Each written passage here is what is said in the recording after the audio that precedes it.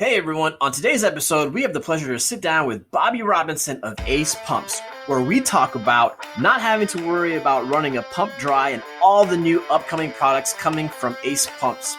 And without further ado, let's start the show.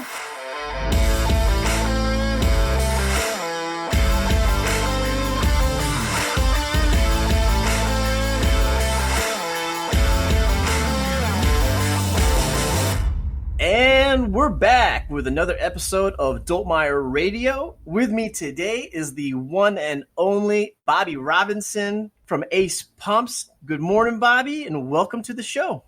Hey, good morning. How are you? We're doing good today, man.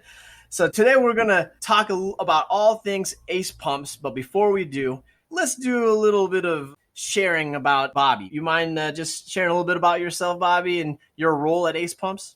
Sure. I've been with Ace Pumps since 2009, so I think that's going on 13 years now. Sure is. I've been product engineer for most of that time. About this time last year, got promoted to sales manager. Very nice. So, yeah, we do a lot of, the technical detail, pump selection, design, basically working at a smaller company.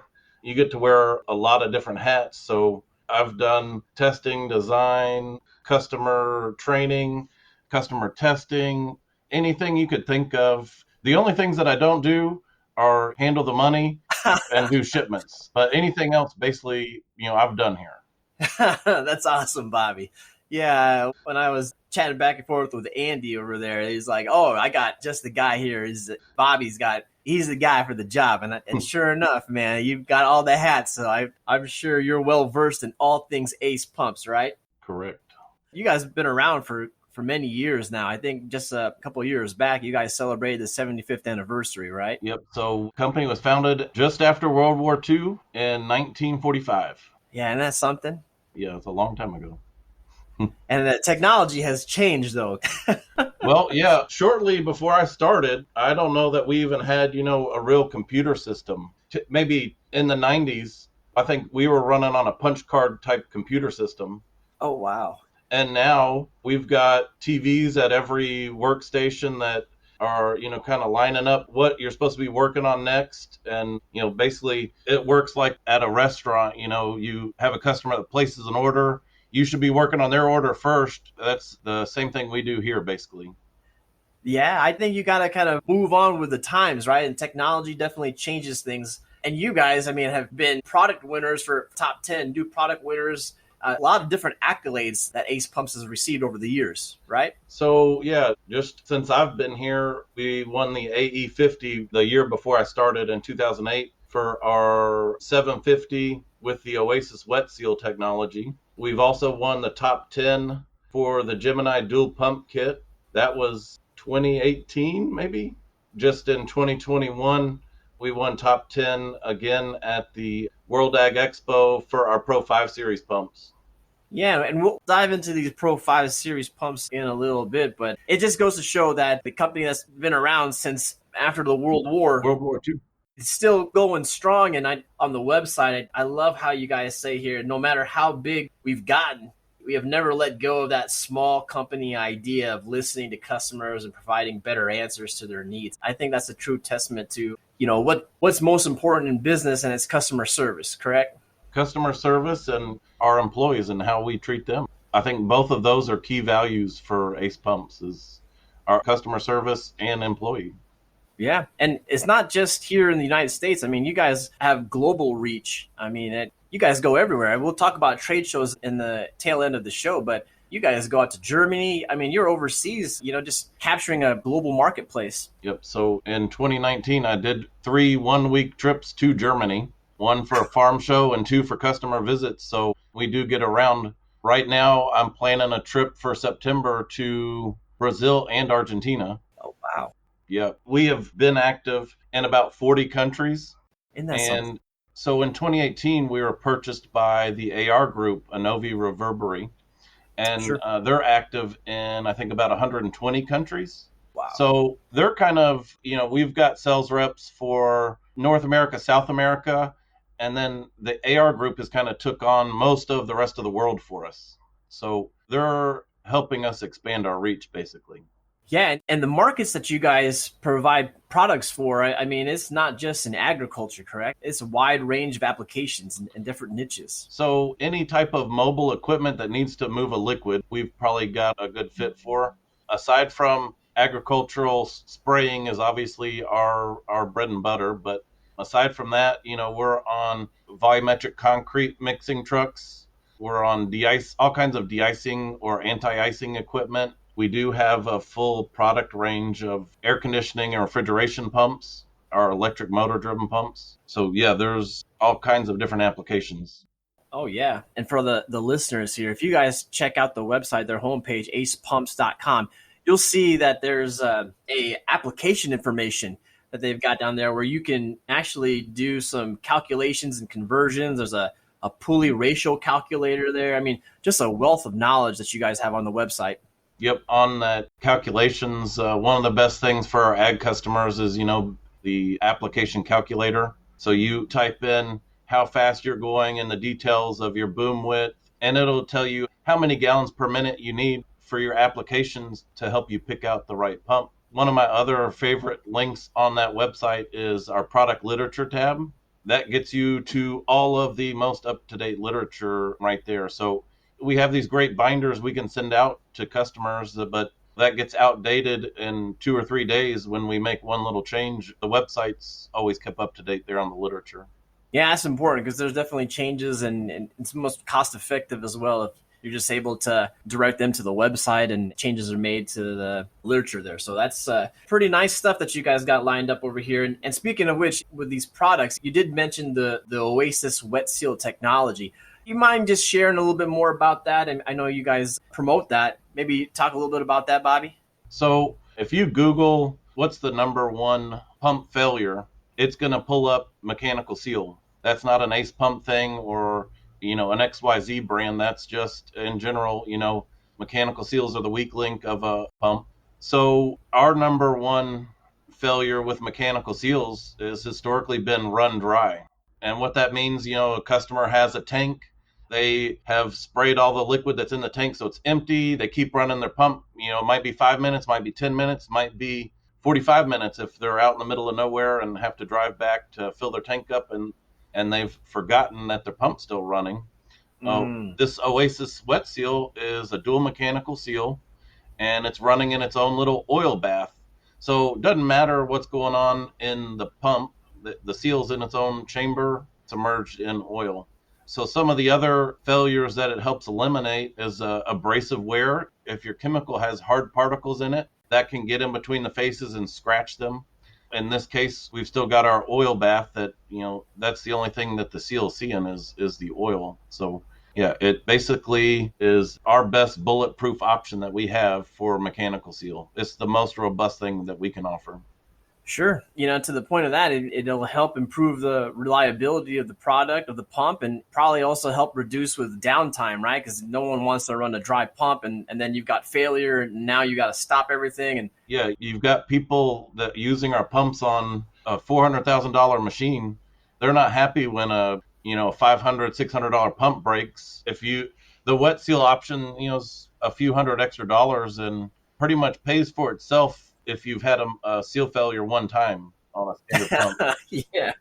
No one wants that, right? Right. No one wants that. Speaking of some of these products, I mean, we carry a bunch of Ace pumps in inventory from the centrifugal, with the hydraulic pumps, even the roller pumps. But I think there's a Pro Series 5 that you guys just released. You want to talk a little bit about that, Bobby, the 125 and the 155 series?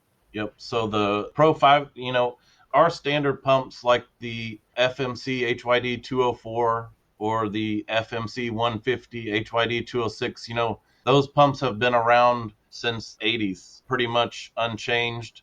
And wow, they're a great product. We had some customers asking, they want to get the WetSeal put into our standard pumps. And so basically what we've done with the Pro 5, the core improvement is all about offering the Oasis WetSeal in those pumps. So we've got the 155 is an improved version of the 150, and the 125 is an improved version of the FMC HYD 204. So These are at some point probably going to become the bread and butter pumps. They might take over the place of our standard series pumps at some point.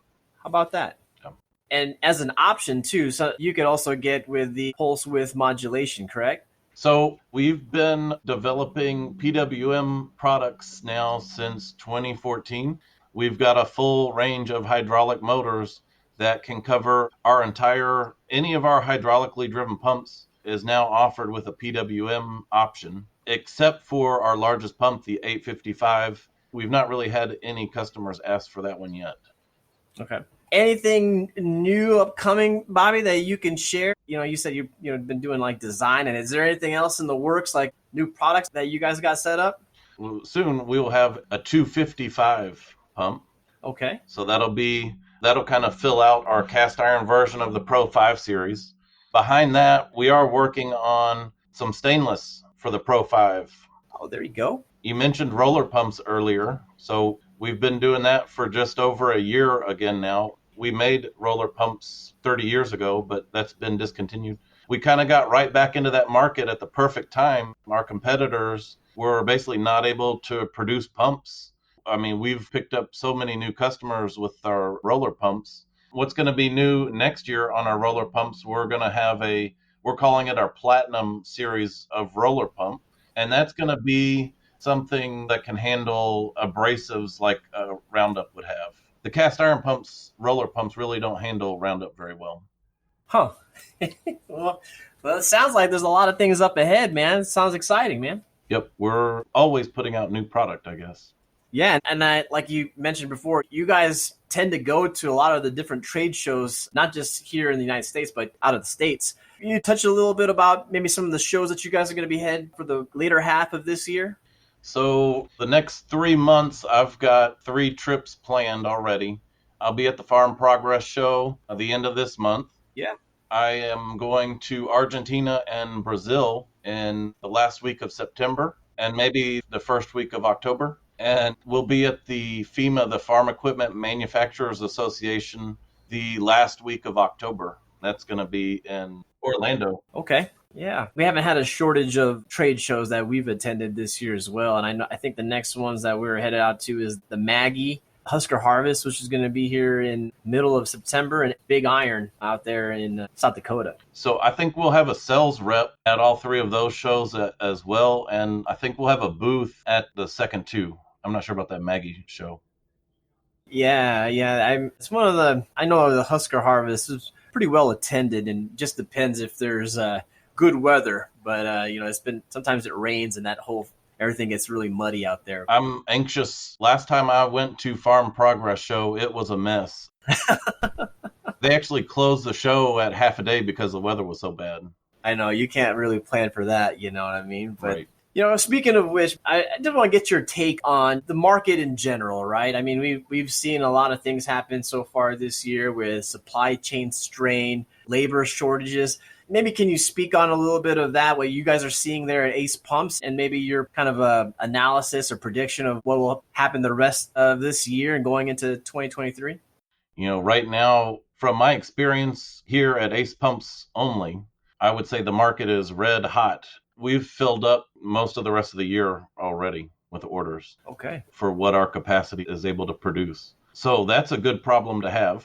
There's no shortage of sales leads. Typically, we're having a new OEM approach us weekly, looking for, replacing some other brand of pump. And more than half the time, it seems like we're able to help them out. So, that's another great thing.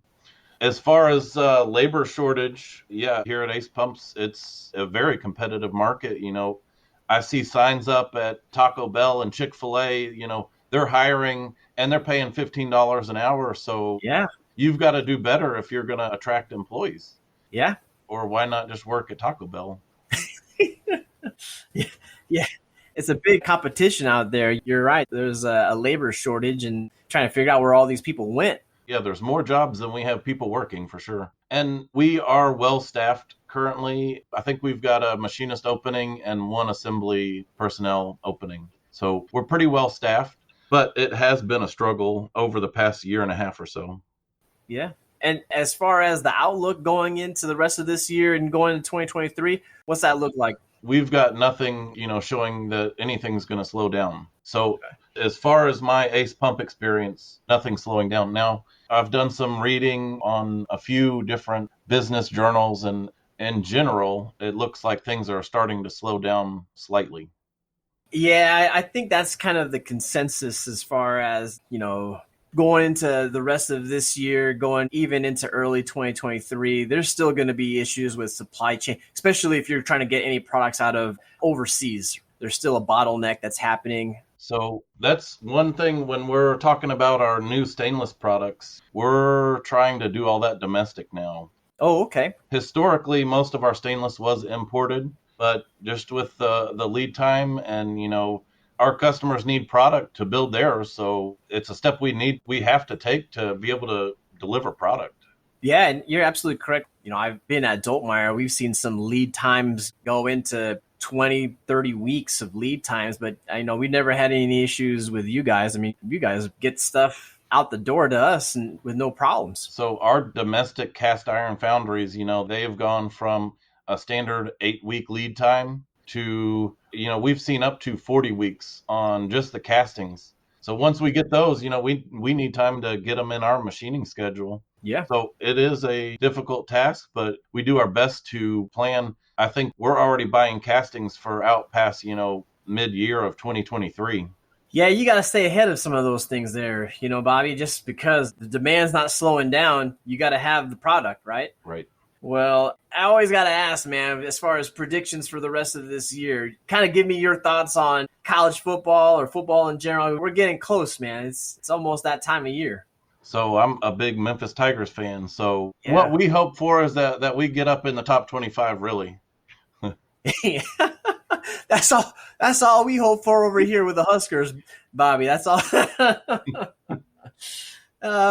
We got our work cut out for us because I think within the next year or so, 2024, I think they're inviting the Trojans and the Bruins to join the Big Ten. So we're still kind of undecided of how we feel about expanding this Big Ten. Well, yeah, and I'm interested to see what might happen with Memphis, and we're currently in the AAC.